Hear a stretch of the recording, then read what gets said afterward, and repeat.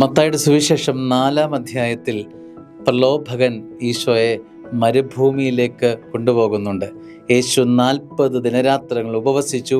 അപ്പോൾ അവന് വിശന്നു. പ്രലോഭകൻ അവനെ സമീപിച്ചു പറഞ്ഞു, നീ ദൈവപുത്രനാണെങ്കിൽ ഈ കല്ലുകൾ അപ്പമാകാൻ പറയുക. ചില പ്രലോഭനങ്ങൾ അങ്ങനെയാണ്. ജീവിതത്തിൽ ചിലപ്പോൾ വഴിമുട്ടി നിൽക്കുന്ന സമയത്ത് ഒരു വഴി കാണിച്ചു തന്ന് പ്രലോഭകൻ നമ്മളെ അങ്ങോട്ട് ചായ്ക്കാൻ ഉള്ള ടെൻഡൻസി, സ്വാധീനം ചിലപ്പോൾ ചെയ്തെന്ന് വരാം. സ്നേഹമുള്ളവരെ, അവിടെയാണ് നമ്മൾ പിടിച്ചു നിൽക്കേണ്ടത്. അവിടെയാണ് നമ്മൾ നിവർന്നു നിൽക്കേണ്ടത്. അവിടെയാണ് വഴുതി പോകാനുള്ള സാഹചര്യം പിശാച് ഒരുക്കുന്നതാണ് എന്ന് തിരിച്ചറിവ് മനസ്സിലേക്ക് വരേണ്ടത്. വിശപ്പനുഭവത്തിൽ വീണുപോകാതിരിപ്പാൻ സ്വർഗത്തിൻ്റെ കൃപ അവനിലേക്ക് വരികയാണ്.